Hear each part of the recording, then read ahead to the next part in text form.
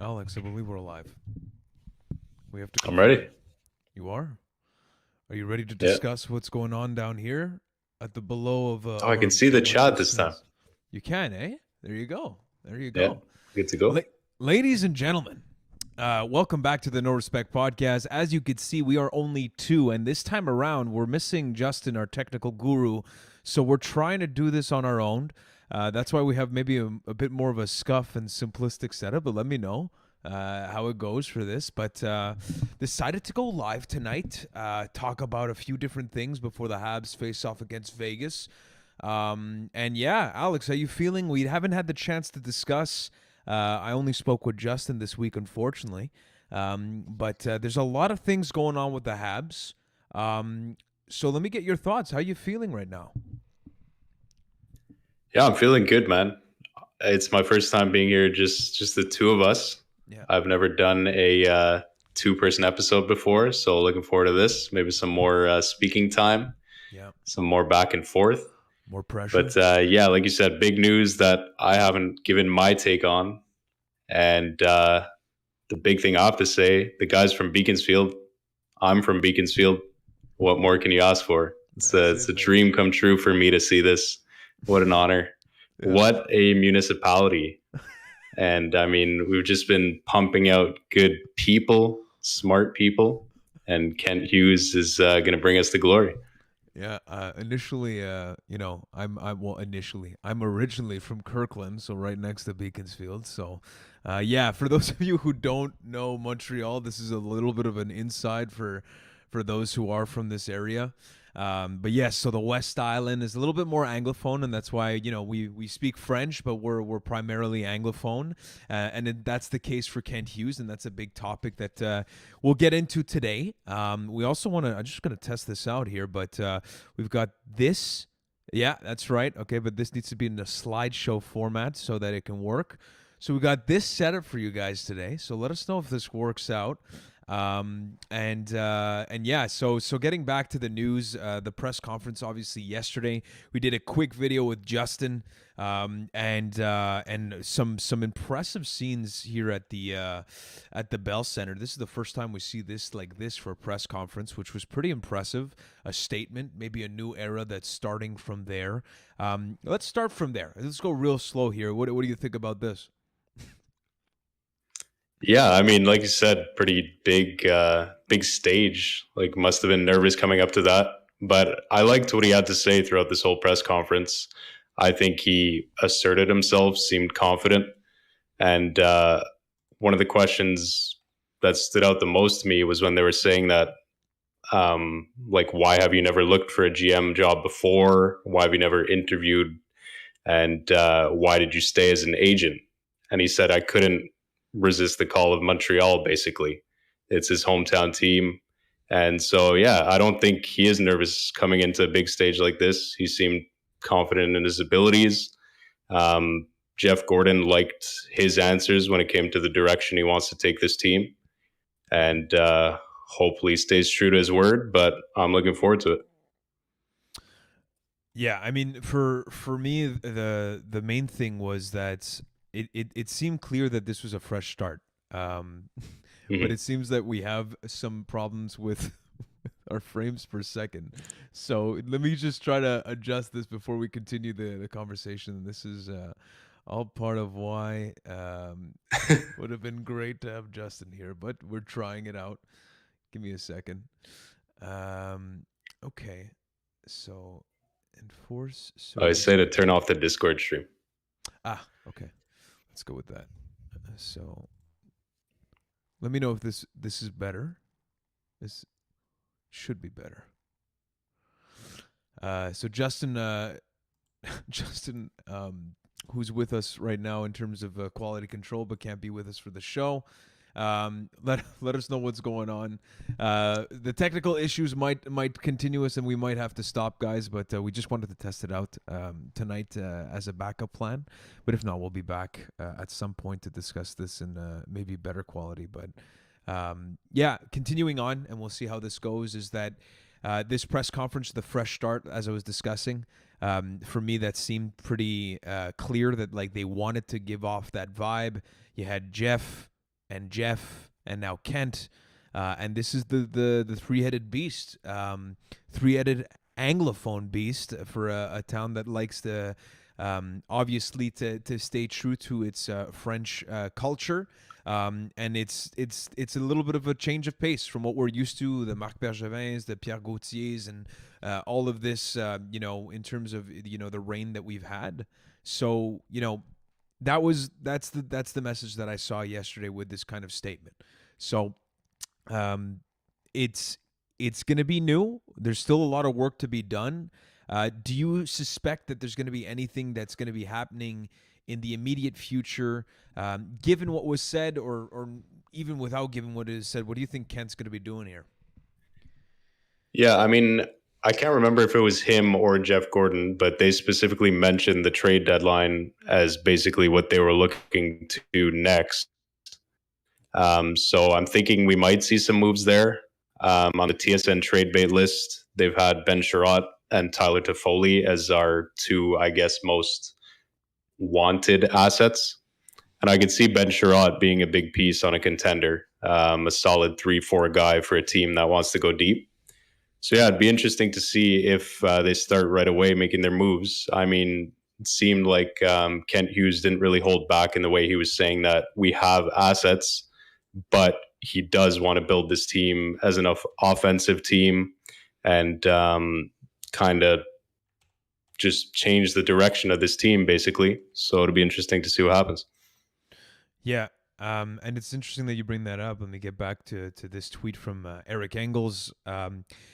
One of the things that came out of the presser last game, I believe it was from Tyler Toffoli. I want to be a part of the solution. I want to be a guy who's a leader, who's looked up to. So I believe Anderson was also one of the people that said that today in a different phrasing. Two guys that obviously were locked up. Anderson, obviously, for a much more lengthy deal than Tyler Toffoli, which was a bit more cap friendly and even term friendly. I know that when we talk about Anderson, it kind of splits the room. But at the same time, I think, there's two ways of seeing this. First one is, what are these guys going to say? Like, within this context, are they just saying that to say it? Or do they mean it? And I don't know if there's a difference between Tyler Toffoli for you and Josh Anderson, or do you think that they're both being genuine here? I mean, I could see them being genuine. Like, you make a good point that what else are they going to say? They're not going to come out and say, like, yeah, get rid of me. I don't want to be here. But Tyler Toffoli was a guy who, as a free agent, wanted to come to Montreal and has seemed to fit in well so far. And realistically, he's not 35. Like, he is older, but he can still be around to help this team. I wouldn't be surprised if in the back of his mind he's thinking like, yeah, sure, send me to a contender and I want a chance at another cup. But a guy like Anderson too, I mean, he's not that old. He could stick around, be an important piece.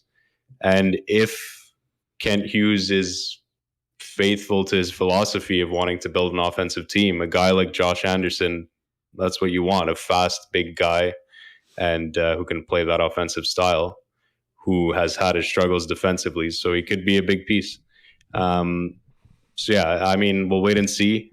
I could easily see Ben Sherratt being moved, but I'd be surprised to see a guy like Toffoli or Anderson go. Yeah, it's going to be interesting to see how they play it out. And I like they spoke about that. Obviously Kent Hughes coming into this, he's not really sure. Right now, like everybody wanted an immediate answer, like, hey, are you trading, Tyler Toffoli tomorrow? Is Josh Anderson and Carey Price going to be shipped off to the same team? Like, you're not going to get that answer. Yeah. In this kind of situation, that's completely normal. So that's why, like, it's going to be, I think, a test of, him going around speaking to the players, understanding, where their mindset's at.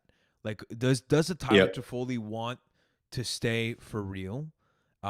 Does a Josh Anderson want to, it's going to be tougher, I guess, to move that contract, a lot of people will say. I'm not sure about that because I think a power forward of his caliber, when he's healthy, for a contending team, is actually very impactful player. I know some people have a different take on that, But that's going to be Kent Hughes' job for the next coming weeks and months, especially preparing for the trade deadline. Um, you know, I'd like to think, and this could just be me, but if you're saying this, there's a way of saying things that, like, that's why I think we were a little bit more heartbroken with Corey Perry when he left to Tampa, because he got like super Yeah. emotional. He didn't have to get emotional about Montreal, and like he did Hmm. at the exit interview. And like for me, there's a way to say like, listen, I'm gonna see what's gonna happen, and that could be that answer. Like it's out of my control type of thing. We've seen plenty of athletes do that. So maybe there's some kind of like playing with the fans over here, but Yeah. I think that's gonna be the It's a case. good point though. Yeah. You'd hope that they wouldn't come out into Foley's case with such a strong statement if that's not what you mean. Like there's obviously a PR way to go about it if that's not what you believe. And kind of in the similar topic, part of that presser with Kent Hughes, they asked about Dominique Ducharme, and he said he's going to have meetings with him and stuff. And I found his answer regarding the coaching to be kind of more PR-ish. Like you didn't feel that support for Dominique Ducharme as a coach. Like he said, I'll meet with him, see what he's thinking and stuff, but he didn't say we want him here for the next 2 years. Like obviously he's never met the guy, he can't say that, but I found that to be kind of a I don't know. We'll see what happens, but kind of a damning statement for Deschamps.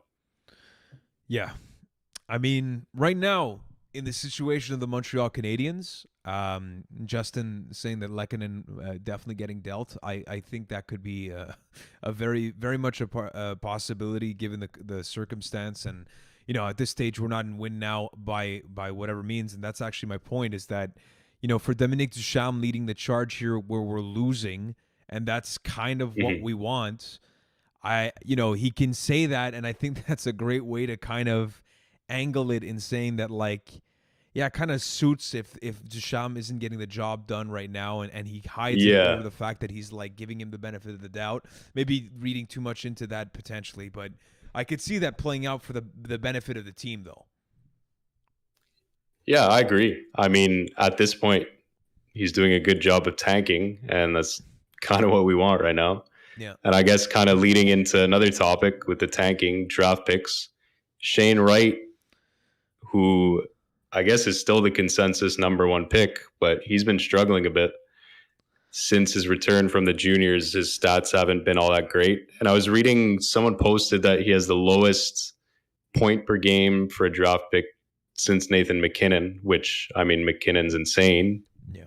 but it's rare to see a player who's consensus number one struggle like this. I mean, he's still a point a game player in the OHL, but it's nothing spectacular. Yeah. I mean, it's interesting because, for me, I don't watch a tremendous amount of like rookie footage. I get hyped by looking at a couple of highlights. I know hockey well enough to say, okay, this kid is lit, but not well enough to give you an answer that's going to be like foolproof.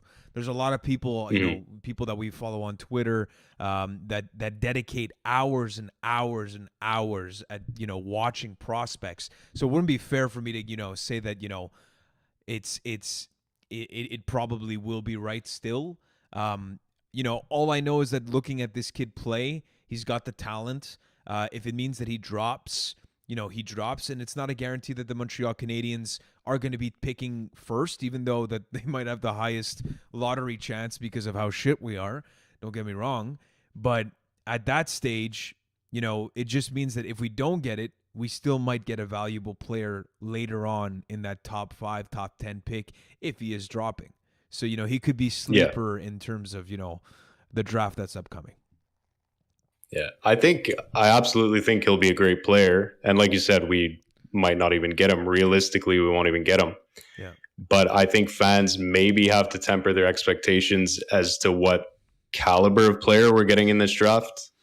Like, at least from what I'm reading, like you said, I don't watch juniors either.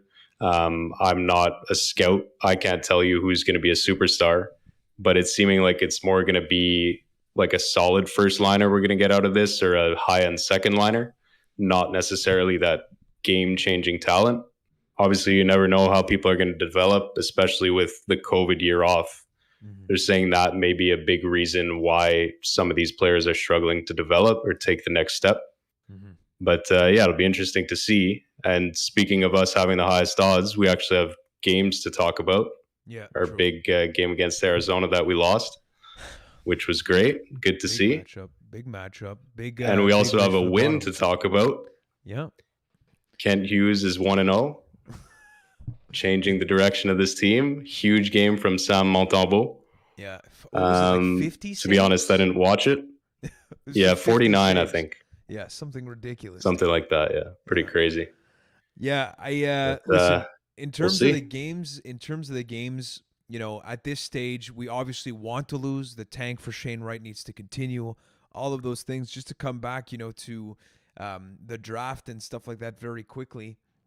Because for me, it's going to be also interesting to see how Kent Hughes plays his cards.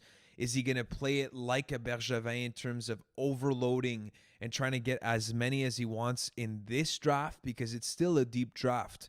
A lot of the comments that I've read, again, those of you who are watching, first of all, thank you for joining us. We're the No Respect Podcast. Alex, on my virtual right here. My name is Mackie, and we're missing Justin, who's in the chat here that couldn't be with us. So pardon for the technical difficulties, but all of this to say, coming back to this chat about prospects, is that this draft being deep, there's obviously the next one, which includes Connor Bedard.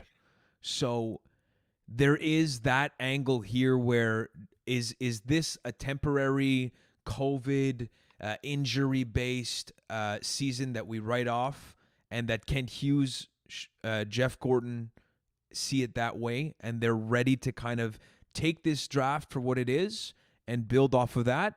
Or are they ready for a longer term type of thing where we're going to be seeing maybe a longer sense of like rebuild in the truest sense? I don't know what you think here. And what would be your move actually? I think at this point you have to try to get in on the Connor Bedard sweepstakes. Like with the competitiveness of this team right now, we're not sure what's happening with Carey Price, if he's even going to come back this year. Like realistically, we're not going to be a contending team next season. And I think management knows that. And I think you have to try to get some more draft picks for next year. I don't know how realistic that is. Everyone knows the talent that's in next year's draft, so people probably won't be willing to move picks. But a team that wants to win this year might give it up and might struggle next year. So yeah, I don't know. To me, Jeff Gordon was a guy who did the official rebuild with New York. It seems like Kent Hughes has the same mentality. He said he wants to rebuild this team. Actually, he didn't use the word rebuild, but he wants his team to be offensive minded, which it's currently not really. So I think you can read between the lines that they want something to happen. Again, no guarantee you get a guy like Bedard, but I think you have to try. Yeah. The only thing, man, with that is that it's another year where like a Nick Suzuki and Cole Caulfield are gonna be like in that losing environment. I don't know. I'm seeing what's going on with Yeah. Edmonton and shit. Like I don't know how good, and Buffalo, with the whole Jack Eichel situation. I'm not saying we're there at all yet.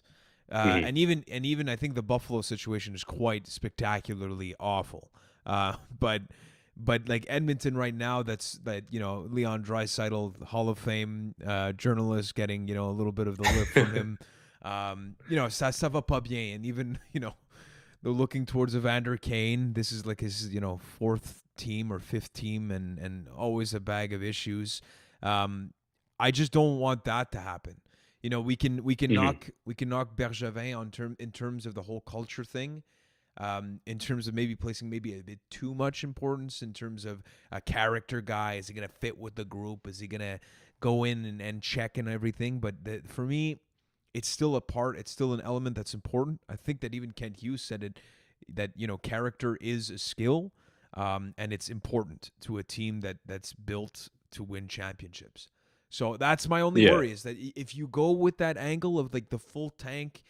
And that was why I as much as it doesn't make sense on paper, when you manage people, when you manage motivations and the spirits of individuals that are performing within an organization, I do think it makes a difference.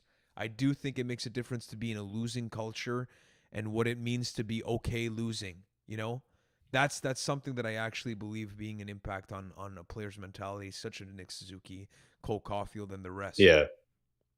I think that's absolutely fair. I agree with most of that, to be honest. And I'm not necessarily saying to just throw it, Mm, but I think you have to move aging assets that still have value now mm, and kind of throw your name in the hat with higher odds, if that makes sense. So, like, try to get some draft picks that'll be in the lottery.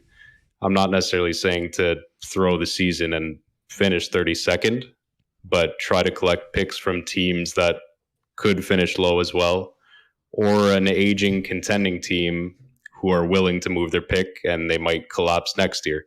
yeah. I think you just have to kind of try to increase your odds a bit to facilitate, speed up that rebuild, if that makes sense.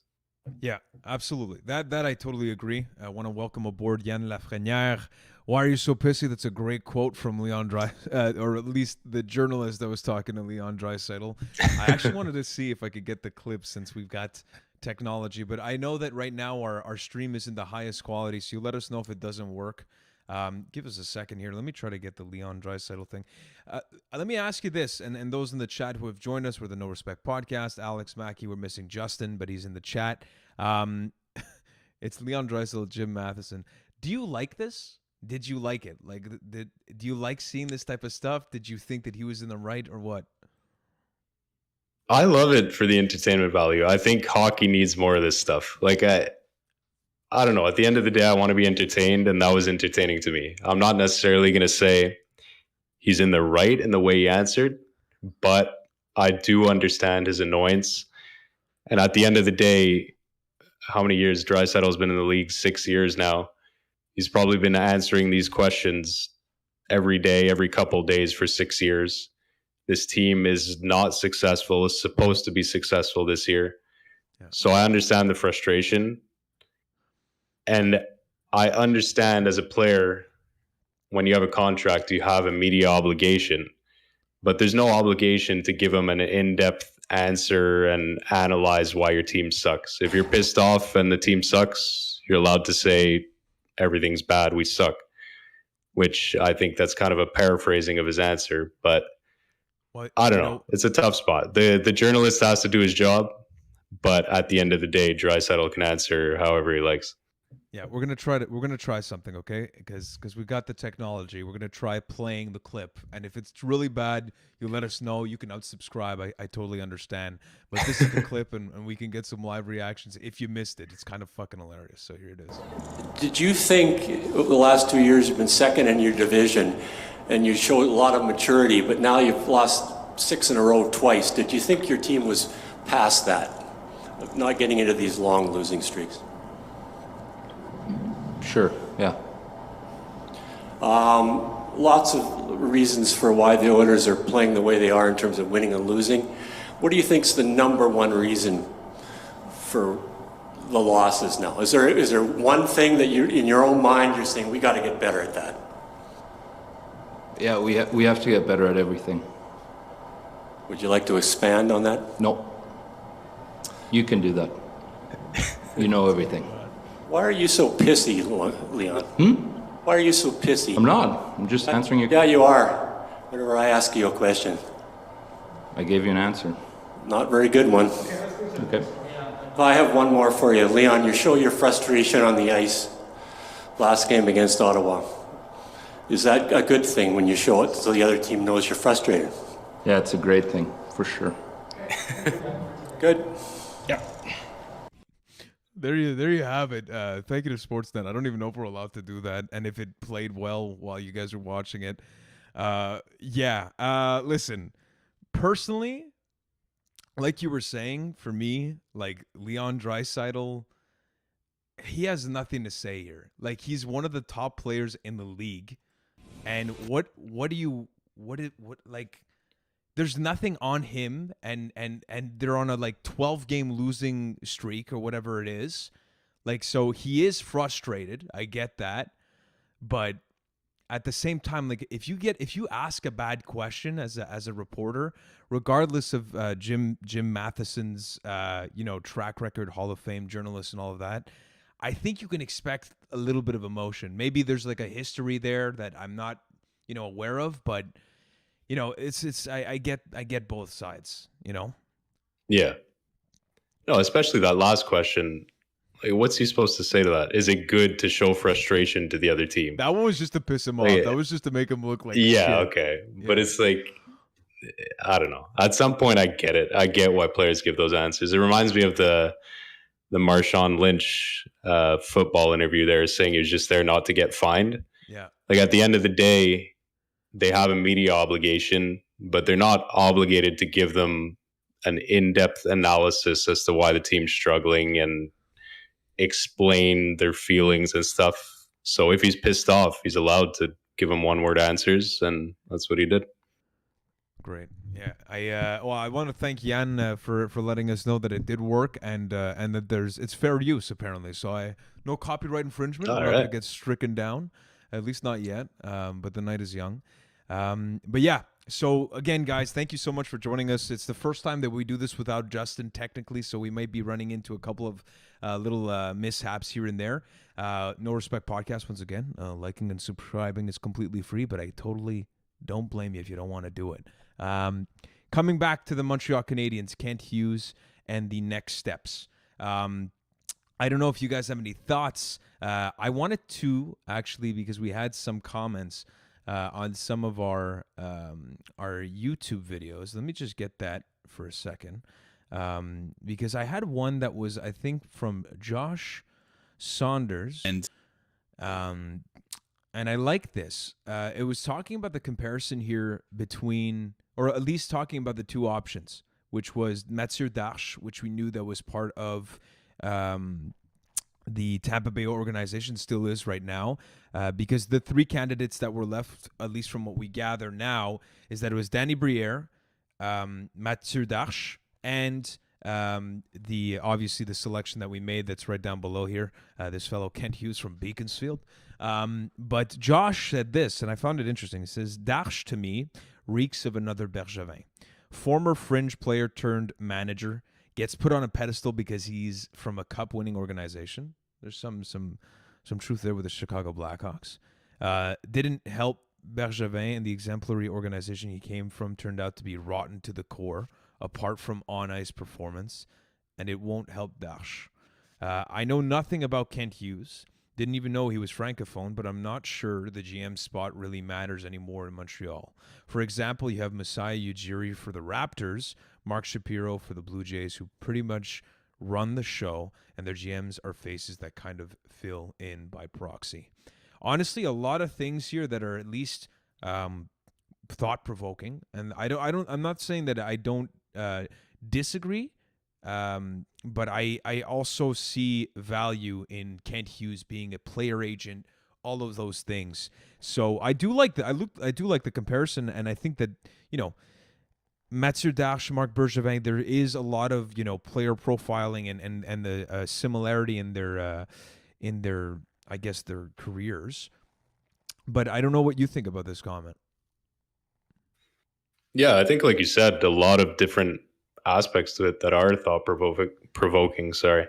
I mean, I wouldn't go so far as to say that Mathieu Darche is coming from a rotten organization and put on a pedestal and stuff. I'm sure he has some acumen and earned his role, and I'm sure he's played a part in Tampa's success. But yeah, I would not be surprised to see his impact as a GM not be as significant. When it comes to the fact that the GM now is maybe more of the media role, I guess, and isn't the actual big decision maker, I could actually see that. I mean, Jeff Gordon's the one getting the big paycheck. He's the one directly under Jeff Molson. And it's a good comparison with teams like the Raptors and Blue Jays that the real decisions are coming from there. But at the end of the day, I think in modern sports, it's more and more of a collaborative decision. They have assistant GMs, the scouting team, all the other people around. I don't think any of these guys are making a decision alone or overriding other people, even if they're above them. So, yeah, I could see it. I think it's a very good comment. Brings up some good discussion. But Yeah. yeah, Another. it's a good comment. I'll leave it at that. Yeah. Yeah. No, I really like the at least the comparison to the Raptors there with Messiah Ujiri. But Hmm. another a little factoid. Thank you again, Yann Lafreniere. Hughes sold his share of Cortex, so that was his agency, and his clients for $300 million. So, needless to Wow. say, I think this guy's all in. And I guess we can Yeah, get it's into not about that. the money. Yeah. Yeah, yeah. I guess we can get into the portion of the discussion where obviously it's completely speculative, but the fact that he is an agent, the fact that Hmm. he has good relationships with some pretty big players. I don't know if you want to expand on who you think I'm talking about, but I know that we mentioned this prior to the show. But his name is Patrice Bergeron. He plays for the Boston Bruins and he's a UFA. Um, I don't. He also uh, represented Vincent Le Cavalier in the time. Not that he's going to be available for the Montreal Canadiens anytime soon to play hockey. I saw him on the golf course a couple of times though. That was cool. um, but then there's also Chris Letang. I don't know anybody else to be honest, but I'm curious to think that if there's going to be an impact on Kent Hughes, the player agent, now turned GM, does that help him acquire pieces that, somebody that doesn't have that position where, he has good relationships that already existed because he knows exactly what it means to negotiate for a player. Now it's a bit of a Hmm. different context, but at least he has that in the back of his mind and can use that leverage when it's negotiating or attracting a player because that was his job. So how do you see this Yeah. impacting him and does obviously that's the part where I think it differentiates the context or the scenario that Josh talked about in his comment, and that he's just going to be a mouthpiece because I think it is complementary to what Jeff Gorton brings. Yeah. Oh, I agree with that 100%. I think it's a great background to bring into GM position to have been on the other side of the table.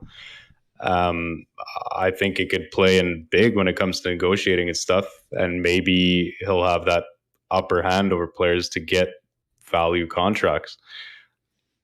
When it comes to players he's already linked to, I think it's going to be a nightmare when it comes to like the Montreal media. I feel like they're going to link every player he's ever been an agent for to Montreal because of this. And I don't think any of them are actually going to come to Montreal. Patrice Bergeron would be a dream, but I'm pretty sure he hates the Canadians. Like he was a Nordiques fan or something, and now obviously he's a Boston player. So I don't think that's ever going to happen. But yeah, I think you hit it right on when it comes to that background he brings as an agent. I think it's a big plus. I mean, no one else really has that. Yeah. And combined with Jeff Gordon, I think it's great to have. Yeah, it's gonna be interesting. Like really gonna be Yeah. interesting to see how it plays out, and that was part of the press conference is that complimentary side of things. So, I think that about does it for the Kent Hughes discussion because I mean, there's only so much that we can speculate and what the moves are gonna be. There's gonna be the trade deadline. I'm really curious to see how they're gonna tackle it. I'm assuming that again, given that Kent Hughes completely new to this position, although he brings an experience of player agency and stuff like that and representing players and stuff like that. There's a whole aspect of like hockey development, building a team that Jeff Gorton is going to be able to advise him on. So he's going to be taking the Hmm. reins when it comes to that for now, I would assume and I would hope.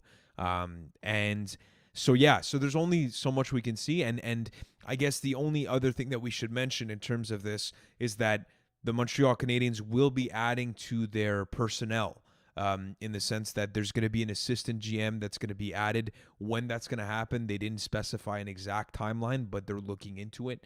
And again, maybe it's part of the candidates that were already interviewed. So all very qualified from what we gather and very interesting and unique ones. So who knows? Maybe Patrick Roy's assistant GM. Never gonna happen. Never gonna happen. Assistant nothing. But yeah, so let's get into the final couple of things here that are interesting and that we wanted to mention. We spoke about the Dallas game where Samuel Montembeault was absolutely on fire. Not the greatest recipe of success when you're getting outshot by that much, but still an entertaining game.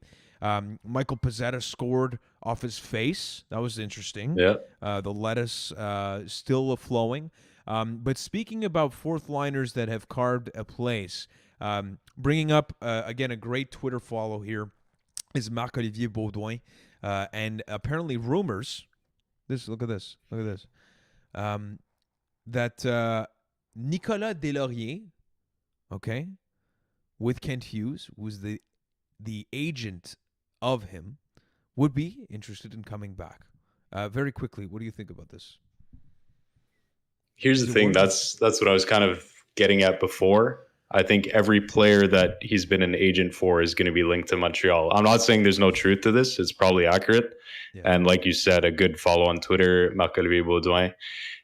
He's usually pretty accurate in what he reports. But I think it's going to be really annoying in the next few years, all these links to players he's been an agent for. Now, when it comes to Nick Deslauriers, he was fun to have on the team, a great fighter. Had that great fight. I don't know if people saw it. I think it was last night in Colorado, but it was like a real heavyweight fight. Yeah. And but as a player, we mentioned Pezzetta scored with his face.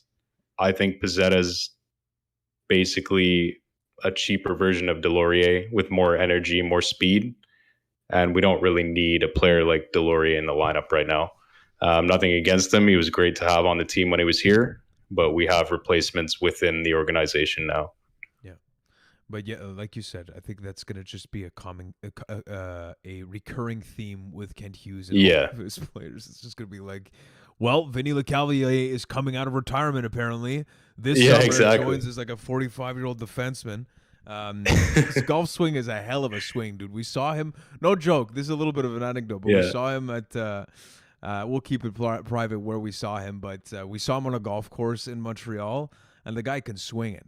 Okay, the guy's got the hips of a first-line center back in Tampa Bay that won a cup. I'll tell you that much. But yeah, so we'll see what happens with regards to that. A couple of other items before the Montreal Canadiens face off against the Vegas Golden Knights. Does the tank continue? We think yes. But let's talk about, as we continue in this slideshow, Brad Marchand. I'm slowly starting to love him, dude. Yeah, I agree. Yeah, so the first thing is that because Vincent Trocheck, like after they lost 7-1, also they got like hit. He got a hip check on Brad Marchand that was pretty good. And they won 7-1. I don't know if you guys saw the tweet where the Carolina Hurricanes like basically tweeting the score, and Brad Marchand saying that you're the reason that we play 20% in escrow, which was godly. And then after that, Vinny Trocheck basically, when asked if his game is similar to Brad Marchand, calling me a rat. So some back and forth there.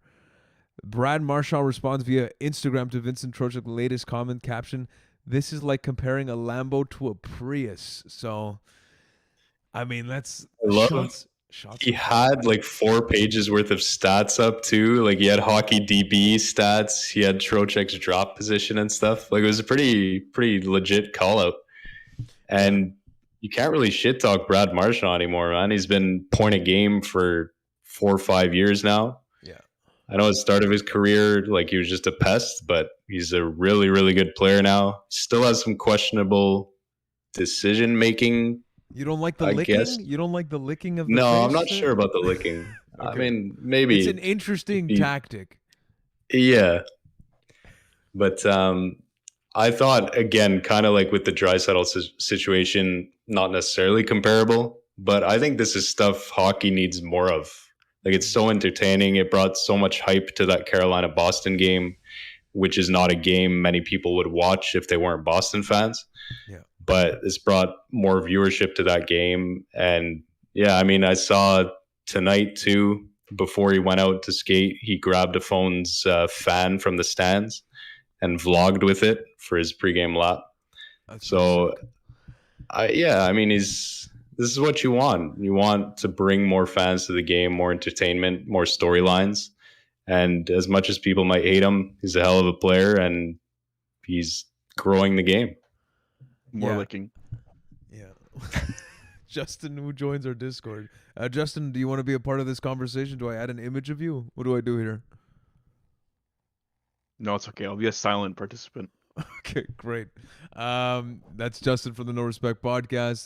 This is Alex. My name is Mackie. If you guys don't know us, thank you for joining us tonight for this impromptu live stream. We're testing it out for the first time here technically, so we apologize if the rate is a bit rate and all of that stuff. I don't know if you guys understand it. I don't, so that's why the quality of the stream is shit.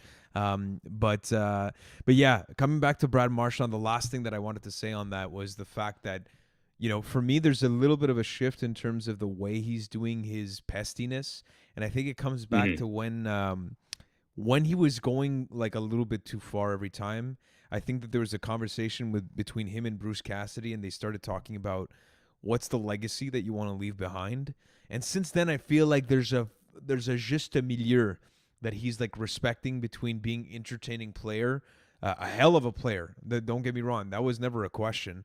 Apart from, like you said, he was kind of just known for that at the beginning, but turned into it. But even as a top player, it was to a point where it was difficult to respect the guy. And now, slowly but surely, he's kind of winning a little bit of our hearts. At least for me, it's been a little bit of weird to say, like, you know, I've liked and retweeted a Brad Marchand tweet. I don't think I would have ever thought of that. So, but yeah, so just moving on, that's some funny stuff. And speaking of which, the Carolina situation, Brendan Gallagher weighing in on his disallowed goals throughout the season. This tweet also getting a lot of, attention from the Habs fans, and also a lot of hate from people that don't like Habs fans and the Habs. But, you know, what do you think about this? Is there any validity to the name on the back when it comes to the reviews? We're a Habs panel, like a fan of Habs fans here. You guys let us know in the chat if you're not. But, you know, from our perspective, there's literally, it's either there's no consistency in any of the calls that we don't get to see as much of throughout the league, but there seems to be some kind of bias here against Brendan Gallagher when it comes to goals that are being disallowed and stuff. Yeah, I won't necessarily say the bias specifically to him, but I think it's a good thing he spoke out, because at the end of the day, nothing's going to change until the players or team start speaking out. It doesn't matter if people like us tweet about it or people who have 10,000 followers tweet about it, nothing's going to change. But when the people who are actually impacted by it speak out, take the fine. I don't know if he ended up getting fined, but kind of bring it forward. It has to be looked at now by the league. Like you said, it got a lot of traction. Gallagher's not a no-named player. He's an important player for one of the biggest teams in the league. So I'm sure it's gotten some discussions going with the league, and hopefully it'll bring a change to bring more consistency to it. Yeah. I don't know, man. This is weird for me because there's too many like copy paste, like put it on the screen. I get it. Like I don't know, man. It's weird. And I don't know. It's in Toronto that these calls are being made, okay?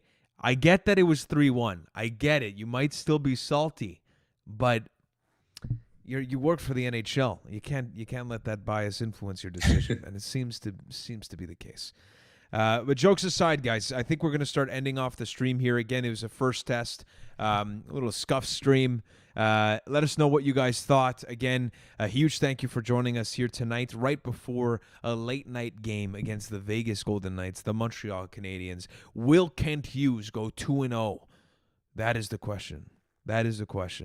But hopefully they don't, and the tank continues, and they don't go on this massive, winning streak, because it's going to be brutal. Kent Hughes undefeated. That's going to be brutal. But yeah, Alex, any last thoughts? Do we say anything else? I think that's pretty much it in my slides. I don't have anything else in these slides. Yeah, we did. I think you're all good. It was a great experience doing this two people. It's nice to have Justin's silent participation. Yeah. Hopefully the technical issues weren't too bad, but I think we can leave it at that. We'll be back for the next one here, and On nous avait promis un GM bilingue et c'est pas ça être bilingue. Les fans francophones font rire d'eux. Interesting tweet after the GM spoke French. That's the thing. It's not French in a Quebecois accent. He spoke. Everybody understood. So you're an idiot. Whoever tweeted that. But on that note, ladies and gentlemen, we are the No Respect Podcast. Again, thank you so much for joining us tonight, and we shall see you soon. Merci, bonsoir, and we shall see you again.